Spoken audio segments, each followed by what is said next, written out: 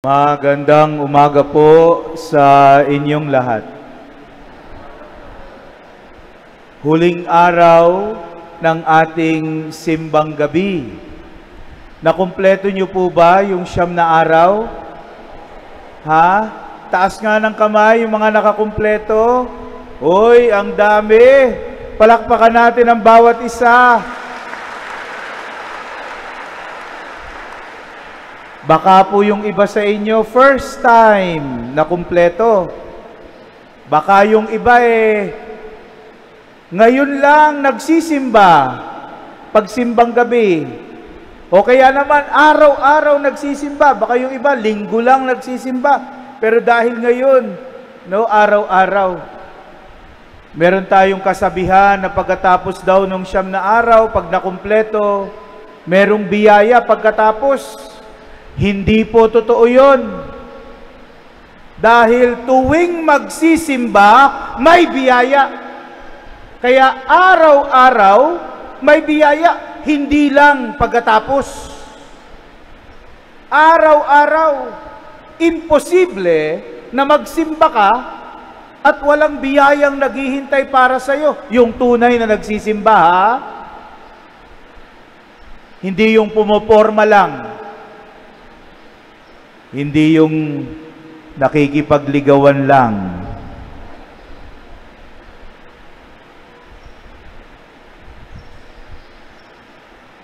Imposible na magsisimba ka, tatanggap ka ng komunyon at walang biyaya. Imposible na magsisimba ka, makikinig ka sa salita ng Diyos, sa pangangaral ng pari at walang biyaya. So sa 9 na araw na simbang gabi, araw-araw may biyaya, hindi lang pag nakumpleto, hindi lang pag natapos. Ngayon, kung araw-araw may biyaya, isang katutak na biyaya yan. Christmas is a celebration of the abundance of God's grace. Pero ngayon, ito ang tanong, what comes next? Pagkatapos mong magsimbang gabi, pagkatapos mong araw-araw na magsakripisyo, na gumising ng madaling araw, magsimba, mangumunyon, makinig sa salita ng Diyos, magdasal araw-araw, tumanggap ng biyaya ng Diyos araw-araw, ano na? Hanggang dito na lang? What comes next? Ano ang bunga ng biyaya ng Diyos ngayong simbang gabi, ngayong Pasko? Saan ka dadalhin ng biyaya ng Diyos ngayong simbang gabi, ngayong Pasko? Kung iisa-isahin po natin ang tauhan sa istorya ng Pasko, merong isang bagay tayong maaaring sabihin na common sa kanilang lahat, lalo na sa mahal na Birheng Maria. Lahat sila binago ng Pasko. Everyone in the story of Christmas was changed by Christmas. At narinig natin yan sa Ebanghelyo ngayon. Si Maria, isang simpleng babaeng Hudyo mula sa Nazaret, isang malayong bayan na hindi kilala. Mahirap na bayan. Tinanong nga ni San Juan sa kanyang ebanghelyo, may mabuti bang manggagaling mula sa Nazaret? Yan ang reputasyon ng Nazaret. Pero isang simpleng babaeng Hudyo na galing sa Nazaret, binago ng Pasko upang maging ina ng Diyos, ina ng anak ng kataas-taasan, ina ng anak ng Diyos. At hindi lang si Maria ang binago ng Pasko, kahit si Jose, isang simpleng karpintero mula sa Nazaret. Nung una, ayaw niyang pakasalan si Maria dahil buntis at hindi siya ang ama. Subalit, nang kanyang naunawaan na ito ay plano ng Diyos, kakaiba, oo. Hindi inaasahan, oo. Pero galing sa Diyos. Tinanggap ni Jose si Maria bilang asawa at ang simpleng, ordinaryong karpintero naging tagapagtaguyod ng anak ng Diyos. Naging tagapagprotekta ng anak ng Diyos. Naging tagagabay.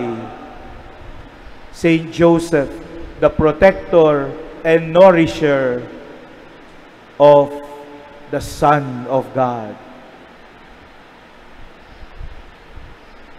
Hindi lang si Maria at Jose ang binago ng Pasko.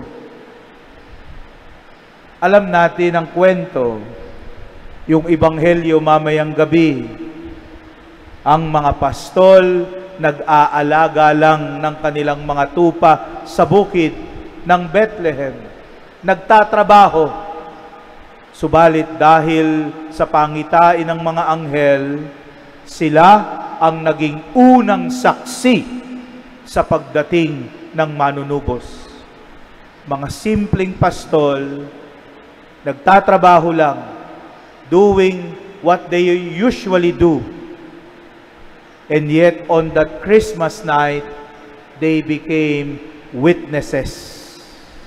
Sila ang unang saksi sa kanilang pagdalaw sa Belen, unang saksi sa anak ng Diyos na isinilang sa sabsaban. Meron pang binago ang Pasko. Itong mga 3 hari o itong mga pantas. At malaki ang pagbabago sapagkat sabi sa atin, sila'y naglakbay pa mula sa malayong silangan.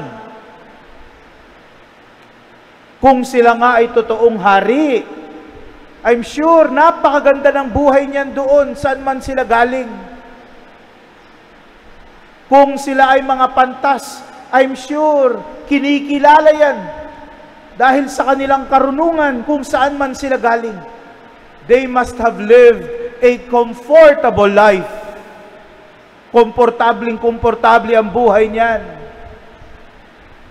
Pero dahil sa Pasko, kailangang iwanan ang komportabling buhay na yan. Magsakripisyo, maglakbay. Binago ng Pasko ang kanilang buhay. Dahil hindi pwedeng magdiwang ng simbang gabi, hindi pwedeng magdiwang ng Pasko nang walang biyaya ng Diyos. Ang tanong, gaano tayo kabukas sa biyaya ng Diyos? How open are our minds to receive the grace of God? How open are our hearts to receive the graces from the Lord? How open are our lives to let the grace of God bear fruit? Pare-parehas tayong mabibiyayaan, pero tandaan natin, iba-iba ang kabukasan ng ating puso dahil depende sa desisyon ng bawat isa kung hanggang saan natin hahayaan na tayo ay akayin ng biyaya ng Diyos. I'm sure meron dito, mamaya lang, pagkatapos ng misa, pagkatapos kumain ng bibingka at puto bongbong, wala na. Tapos na. Tapos na ang 9 na araw na pakikipagtagpo sa Diyos. At nakakalungkot yun. Pero sana lahat po tayo dito ay talagang dalhin sa ating puso't kalooban ang biyaya ng simbang gabi, ang biyaya ng Pasko. Iuwi at araw-araw na palalimin sa ating buhay upang araw-araw ay mamunga ng pagbabago tungo sa kabutihan. Hayaan nating baguhin tayo ng Pasko upang maging mabubuting mga anak ng Diyos. Upang maging mabuting tao, mas maunawain, mas mapagpasensya, mas puno ng pananalig sa Diyos. Hayaan nating baguhin tayo ng biyaya ng Pasko, mas maging bukas sa presensya ng Diyos sa ating buhay, sa pagkilos ng Diyos sa ating buhay. Mas handang piliin kung ano ang tama, mas handang piliin kung ano ang totoo, mas handang piliin kung ano ang mabuti at ayon sa kalooban ng Diyos. Binago ng Pasko ang buhay ni Maria, binago ng Pasko ang buhay ni Jose, binago ng Pasko ang buhay ng mga pastol, binago ng Pasko ang buhay ng 3 hari. Babaguhin ba ng Pasko ang buhay mo? May magbabago ba ngayong Pasko? Amen.